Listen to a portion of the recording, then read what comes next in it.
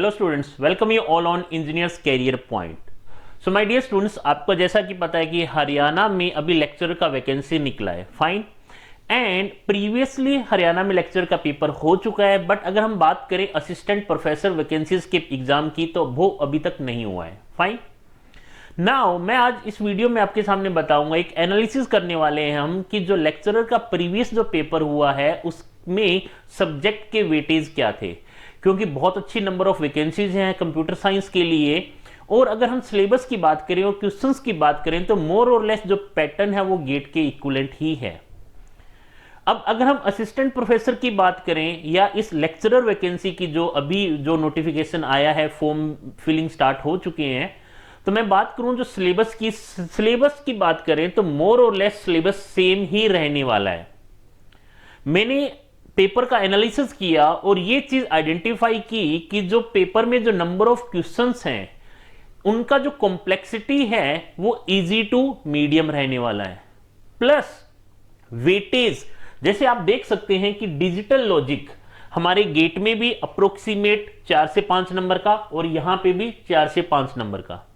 अगर हम बात करें कंप्यूटर ऑर्गेनाइजेशन एंड आर्किटेक्चर की, that is one of the important subject जिसका वेटेज और जिसमें number of questions previous lecturer vacancy में 12 आए हैं। It means it is a important subject.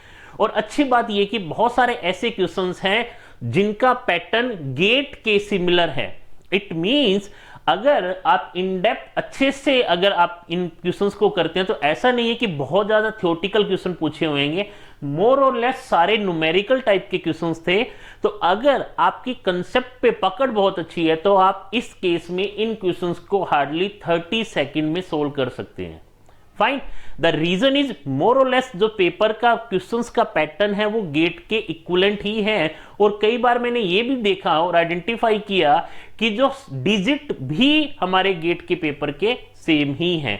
यहां पे जो लेक्चर में क्वेश्चंस पूछे गए हैं वो डायरेक्ट गेट के पेपर से उठा के भी पूछे गए हैं, बट हम ऐसा एक्सपेक्ट नहीं कर सकते इस बार कि यही सेम रिपीट होगा। But the point is weightage का हम एक एनालिसिस कर सकते हैं कि कौन सा इंपॉर्टेंट सब्जेक्ट है और कौन सा नहीं है। अगेन आपको पता है जैसा कि programming, data structure and algorithm हमारे लिए एक मोस्ट इंपॉर्टेंट है for the computer science student, और जो ये वैकेंसी है ये लेक्चरर की वैकेंसी है। तो एज ए सीएससी स्टूडेंट्स आपको एल्गोरिथम, डेटा स्ट्रक्चर, प्रोग्रामिंग पे कमांड होना बहुत जरूरी है। और आप देख सकते हैं ऑलमोस्ट 20 क्वेश्चंस इस एरिया से आए हैं और ऑलमोस्ट 20 मार्क्स का हमारे गेट में भी रहता है। बात करें टीओसी कंपाइलर, इस वाले पेपर में टीओसी कंपाइलर को बहुत ज्यादा वेटेज दिया गया था और टोटल दोनों सब्जेक्ट से मिला के नंबर ऑफ क्वेश्चंस थे 25। हो सकता है इस बार वेरी करे और दूसरे सब्जेक्ट्स में इसका वेटेज बढ़ जाए। हम बात करें ऑपरेटिंग सिस्टम की, इसमें 11 क्वेश्चंस आए हैं, सेम सीपीयू शेड्यूलिंग से रिलेटेड, आपकी मेमोरी से रिलेटेड, सिंक्रोनाइजेशन से रिलेटेड, डेडलॉक की काफी अच्छे नंबर ऑफ क्वेश्चंस पूछे गए हैं। डीबीएमएस की बात करें, sequel one of the important topic, normalisation one of the important topic, और इसमें से आपके पास यहां पे 12 क्वेश्चन पूछे गए थे। कंप्यूटर नेटवर्क इंपॉर्टेंट है, हम सभी जानते हैं। सीओए और कंप्यूटर नेटवर्क का वेटेज मोर और लेस थोड़ा सेम रहता है, but as compare to other subject उसका वेटेज ज्यादा रहता है। तो इसमें से 13, और डिस्क्रीट मैथ्स में भी हमने 3 क्वेश्चन लास्ट टाइम पे आए थे। तो इस हिसाब से ये टोटल 100 क्वेश्चन आए थे इसमें टेक्निकल में।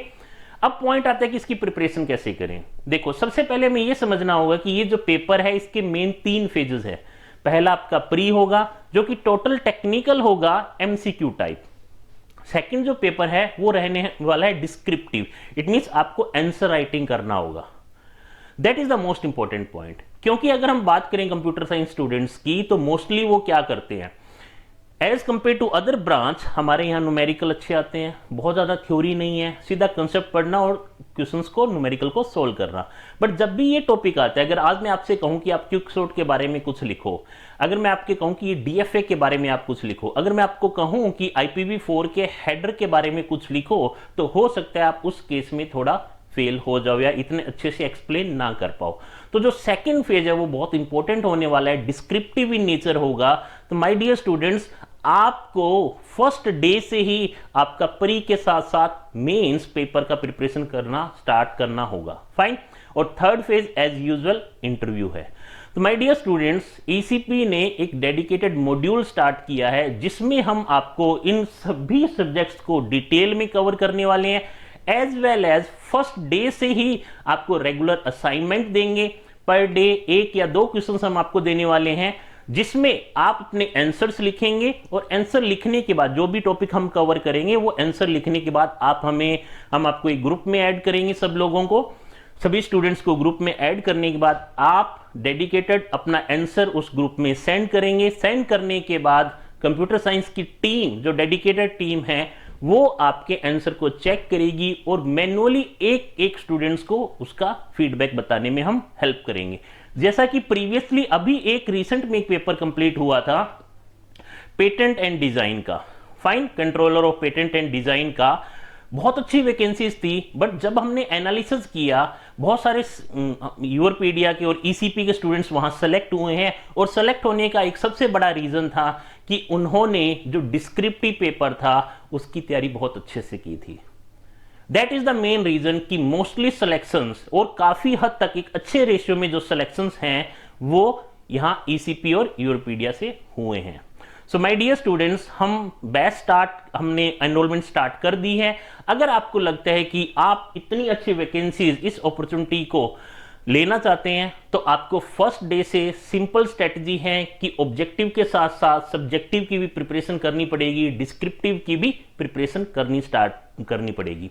तो हम मंडे से अपना बैच लॉन्च कर रहे हैं, डेडिकेटेड क्लासेस होगी। अगर आपको किसी को कोई भी डाउट है तो आप हमसे पूछ सकते हैं। सेकंड थिंग, क्योंकि असिस्टेंट प्रोफेसर का अभी तक पेपर नहीं हुआ है और दोबारा से वो रीओपन भी हो रहे हैं फॉर्म, तो ध्यान रखो कि मोर और लेस ये भी हो सकता है कि लेक्चरर और असिस्टेंट प्रोफेसर का पेपर भी सेम हो। तो माय डियर स्टूडेंट्स, आपके पास बहुत अच्छी अपॉर्चुनिटी है। पॉइंट ये है कि क्योंकि सब्जेक्ट बहुत ज्यादा है तो आपको as early as possible stage पे इस चीज को तैयार करना होगा। नेक्स्ट, क्योंकि आपको पता है कि computer science students mainly ITs में जाना चाहते हैं, तो वो बहुत ही कम ऐसे स्टूडेंट हैं, अगर वो कोई एक्सपीरियंस है भी तो वो अपनी स्टडी से बहुत दूर है। तो मैं यही आशा करता हूं कि जो भी students in vacancies, in opportunities को लेना चाहते हैं, एज अर्ली एज पॉसिबल अपनी प्रिपरेशन को स्टार्ट करें। From the first day onwards आप डिस्क्रिप्टिव, ऑब्जेक्टिव दोनों प्रिपरेशन को स्टार्ट करें। हमारे साथ ग्रुप में ऐड हों, जो भी आपके डाउट्स है हम आपके सारे डाउट्स को क्लियर करेंगे। एक डेडिकेटेड बैच हमने लॉन्च कर दिया है जिसमें आपको हर दिन असाइनमेंट मिलेगा in the form of objective, in the form of subjective, और उन असाइनमेंट और इस कंसिस्टेंसी को मेंटेन करते हुए हम ये वैकेंसी को या इस अपॉर्चुनिटी को लेने वाले हैं। सो अगर आपकी कोई भी डाउट है आप कॉल कर सकते हैं। इंजीनियर्स कैरियर पॉइंट हम चंडीगढ़ 34 में सिचुएटेड हैं, यूरोपीडिया टीम हमारी 34 में सिचुएटेड है। अगर आपको कोई डाउट हो तो आप हमारे एग्जीक्यूटिव से बात कर सकते हैं। इस वीडियो के लिंक में हमने गूगल फॉर्म फिल किया है, आप गूगल फॉर्म डाला है, उस गूगल फॉर्म को आप फिल करके अपनी क्वेरी जनरेट कर सकते हैं। हमारी एग्जीक्यूटिव टीम आपसे बात करेगी, और अगर आपको पर्सनली लगता है कि आप हमसे बात करना चाहते हैं, हमारी मेंटर टीम से बात करना चाहते हैं, तो भी आप अपनी क्वेरीज वहां लिख सकते हैं। So best of luck my dear students, as early as possible अपनी प्रिपरेशन को स्टार्ट करें और इतनी अच्छी अपॉर्चुनिटीज को ग्रैब करें। Thank you.